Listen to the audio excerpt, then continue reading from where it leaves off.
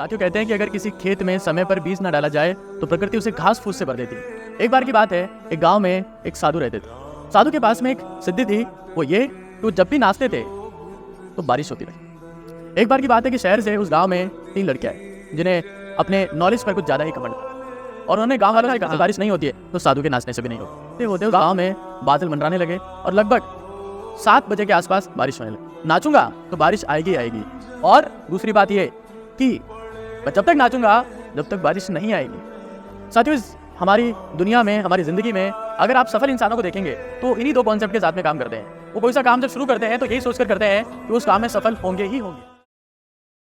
साथियों कहते हैं कि अगर किसी खेत में समय पर बीज ना डाला जाए तो प्रकृति उसे घास फूस से भर देती है, और कुछ ऐसा ही हमारे दिमाग के साथ में भी होता है।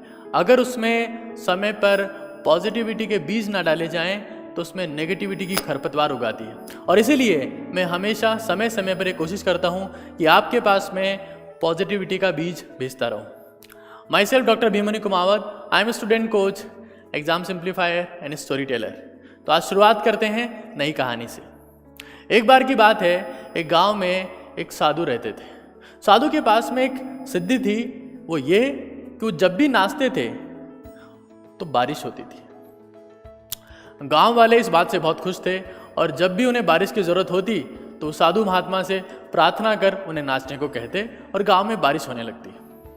एक बार की बात है कि शहर से उस गांव में 3 लड़के आए जिन्हें अपने नॉलेज पर कुछ ज़्यादा ही घमंड था, और उन्होंने गांव वालों से कहा कि ये सब बकवास है।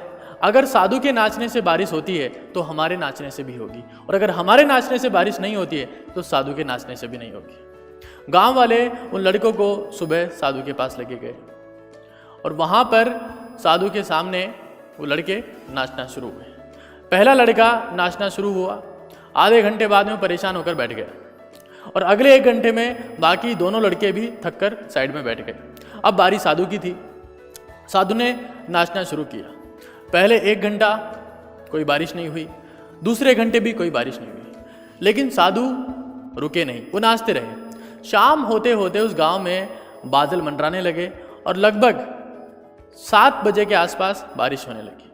तभी वो तीनों लड़के साधु के कदमों में गिर गए और उनसे पूछा कि महात्मा, आपने ऐसा कैसे किया? तो साधु ने कहा कि जब भी मैं नाचना शुरू करता हूँ 2 बातों का ध्यान रखता हूँ, कि जब मैं नाचूंगा तो बारिश आएगी आएगी, और दूसरी बात ये कि मैं जब तक नाचूंगा जब तक बारिश नहीं आएगी।